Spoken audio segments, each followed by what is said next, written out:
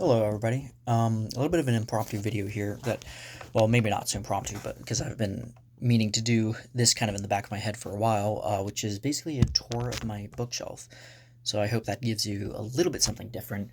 And also it helps me out because I don't have to read off a script or really prepare much, and I can kind of, now that I think about it, it's kind of, I can't quite see exactly, but this is basically, yeah, it's my mess of bookshelf, and, but now that it's reversed, I can't see what I'm filming right now, so, I never really did think this through, but yeah, lots, stacks of books, some of which I've read, some of which I've never read, and even the stuff that I haven't, even the stuff that I had read, this isn't even all of it, because there's some of the stuff, like the big tomes of which, like Infinite Jest, for example, I just took off my bookshelf just because it was like kind of taking up too much space, and maybe I felt like I was kind of fulfilling the trope of the wannabe look kind of smart and deep by having that book on your bookshelf. But yeah, it this is pretty much, yeah, some of the stuff is here. Search of Lost Time. I've only read, I believe, the first two or three. Um, Swan's Way, Jim Martin's Way, I think, and then In the Shadow of the Flower of the Lost Girl. Yeah, this one, which I read, is the most recent. So, yeah, definitely have not started reading much of Yeats yet, but I definitely would like to, along with Blake. But yeah, we got, so basically all in varying different. We have Search of Lost Time. Basically, I bought like the last three, kind of on a whim, because I was like, darn it, I need to have the whole collection. It's kind of obsessive about having the whole collection ready to read, even though I haven't finished it. Far from it. But yeah, we have on the bottom of the shelf other things I've yet to read, like 1Q84, Haruki Murakami. And I've been trying to balance a lot of these things. Definitely have not read. This has actually been here for a while, back when I was more of a history buff. So you might actually see some old Civil War books that I had back when I was like a 14, 13-year-old. And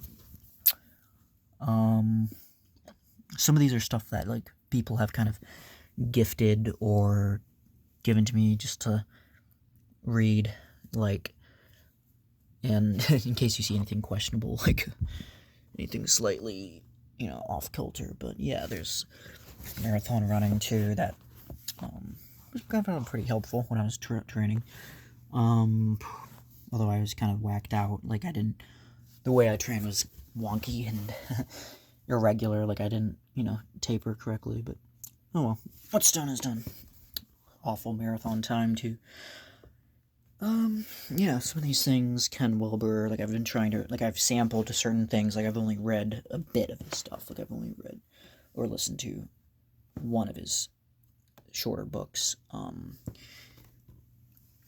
Some of these stuff I've already, like, listened to, like I've Never Let Me Go, Shiguru, like I've already listened to that. Same thing with Denial of Death a couple years back, like I listened to that, and like I just figured I want to get a copy because I'd like to actually reread it in person.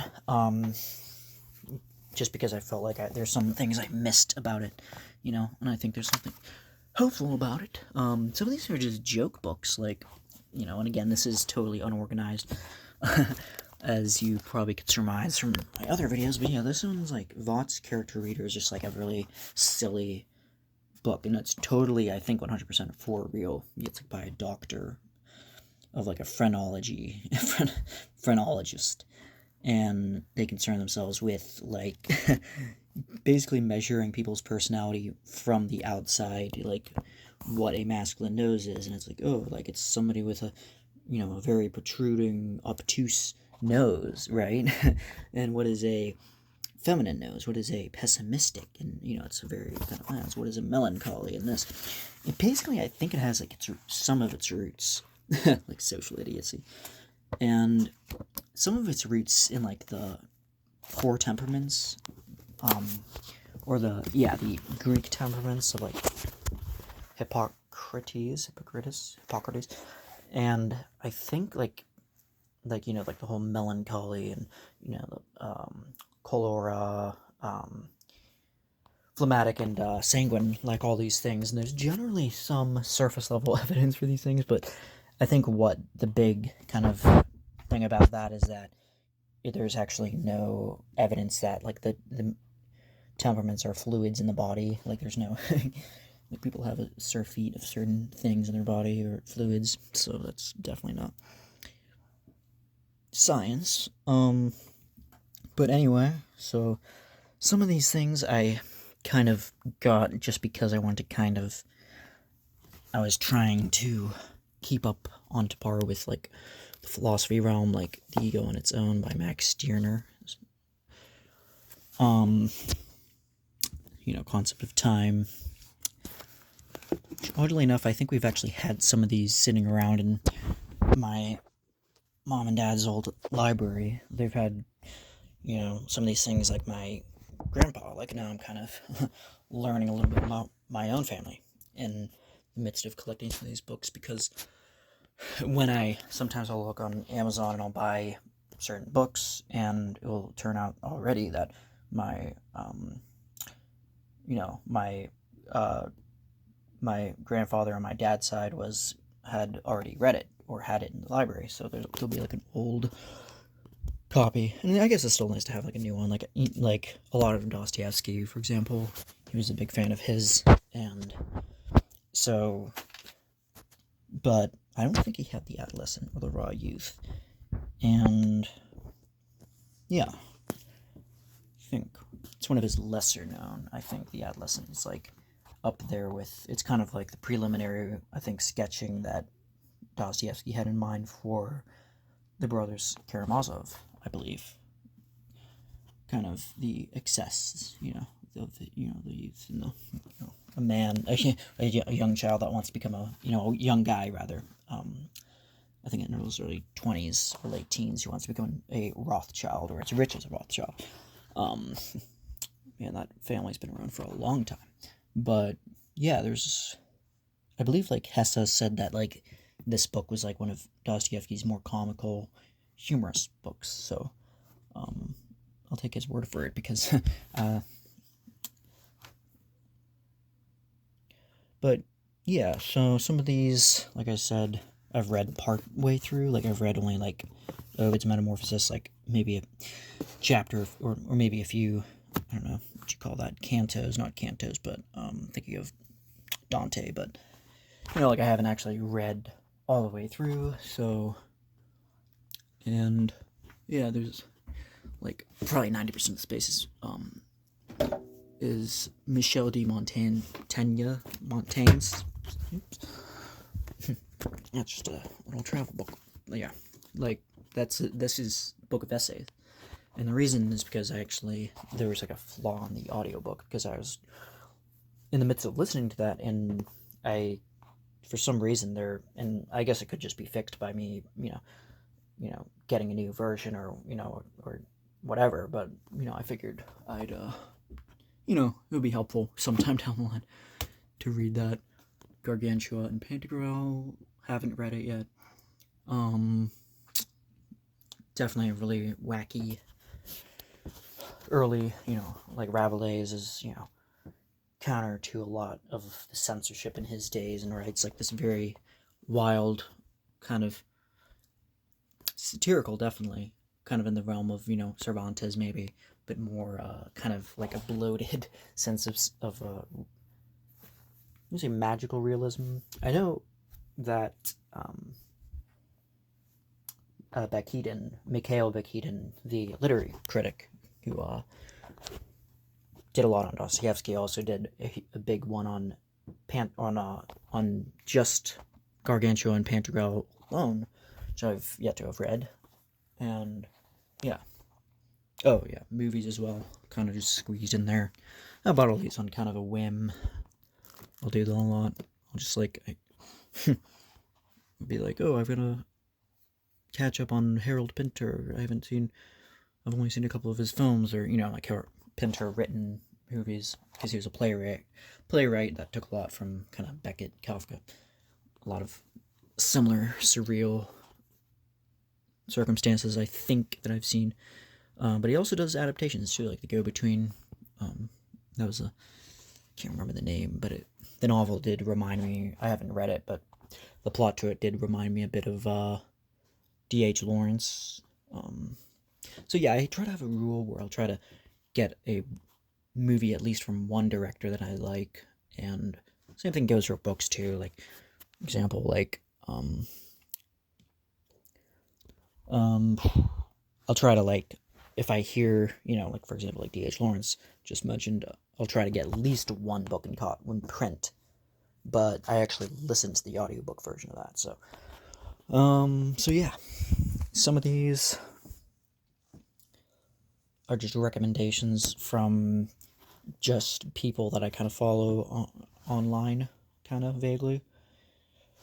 Like Robert Walser, Berlin Stories, because Kafka is said to have really enjoyed his work, and to have laughed out loud while reading them. He's also a fan of Heinrich von Kleist as well. So yeah, I did at one point organize these by, I used to have all the Camus in the same place, all of, Cormac McCarthy, but yeah, but I think basically these are things I'd like to read next, so that's why I have them kind of sticking out, because I know, basically I have two, this is so ridiculous, because this bookshelf's not that big, it's just one bookshelf, and yeah, and I don't really have too big of a room, but yeah, basically, I have two walls stacked of like, two rows of bookshelves, or I'm sorry, books, and, I have not read Paulino, I think, Roberto, one of the South American writers that I really like, along with Borges, and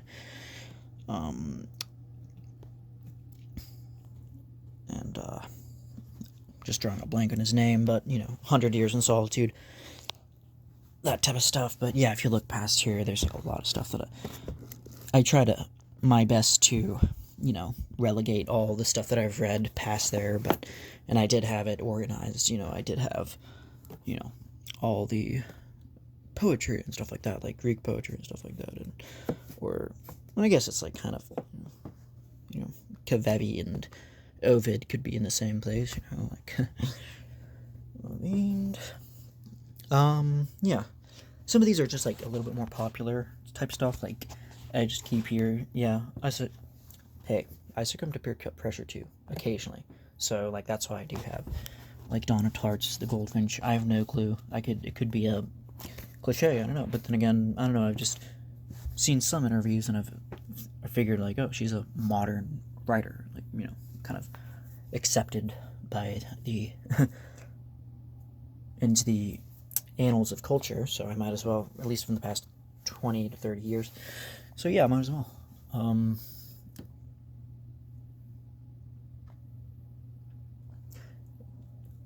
Some of these, yeah, like this, like, I try to keep, like, certain things, like,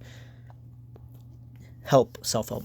I don't want to relegate and just, like, write off the personal Kanban as just a self-help thing. It's just like, oh, it's just self-help, because I am, essentially that's what my room's such a mess, but that's kind of what I'm doing on that whiteboard there, is just trying to do doing, and done, relegate everything to, confine it to just those three categories to help, and it's helped out.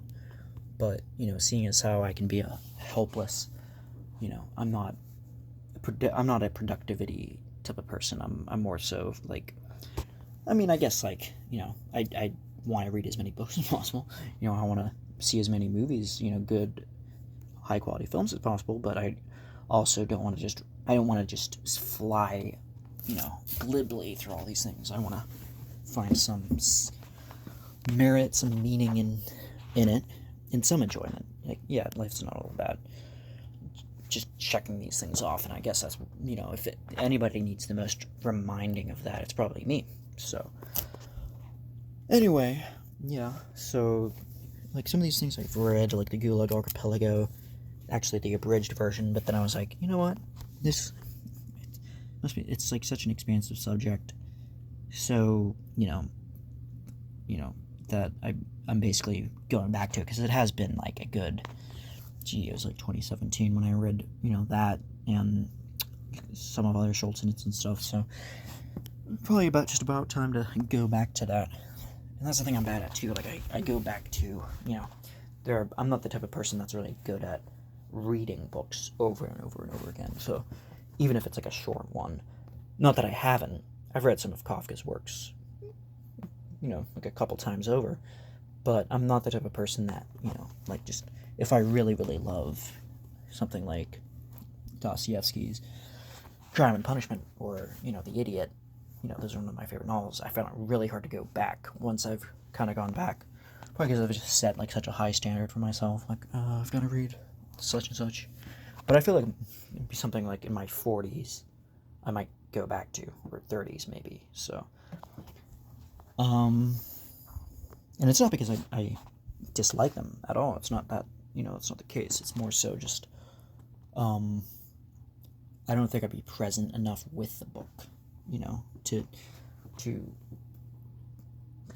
and I think like I have to have totally like a clean slate to kind of go back to those books in the same way that I was when I first read them. So yeah, these things I'm forgetting something, but yeah, like a lot of Jung. This is what I'm trying to do, like try to put more of the mystical type things, like Nag Hammadi, which I have read. I like to kind of really interesting scriptures because it's like trying to figure out as like a side issue with like Hermetic literature or Hermetic stuff, and like kind of, and I'm really rusty. This is probably my worst thing that I'm bad at, is recalling the history of like early church, even just early civilization, just like kind of like just like the straight facts, of what happened. I'm just bad at placing things like church leaders and like Tertullian, like something 50 BC, something, I don't know, or I'm sorry, 50 AD, origin, like, and that's about it. Like I can't, there's so much to it, and maybe it's, maybe that's best fit for the historians, people who are tried and true ingrained historians that have actually looked over the stuff in archaeology and all that. So yeah, some of these I've heard like really good things, like I Am a Strange Loop. It's more of psychology, I guess, but I think I've just heard some video essays on that, and I would like to read it, by Hofstadter, I think. And here we go to each other. It's actually, really enough, I actually watched The Good Place. Really good show, by the way. A little corny here and there. Like, some of the jokes aren't all that funny, and it's a little bit too kind of upbeat. But, I think I liked it. And I think it had some pretty funny parts, like, like the demon Michael playing out the utilitarian type scenario of the whole, like the train trolley, like the trolley track, like if you had to save a kid or, save the kings, and, that whole thing, and playing it out, and I thought that was really funny, if dark. But yeah, some of the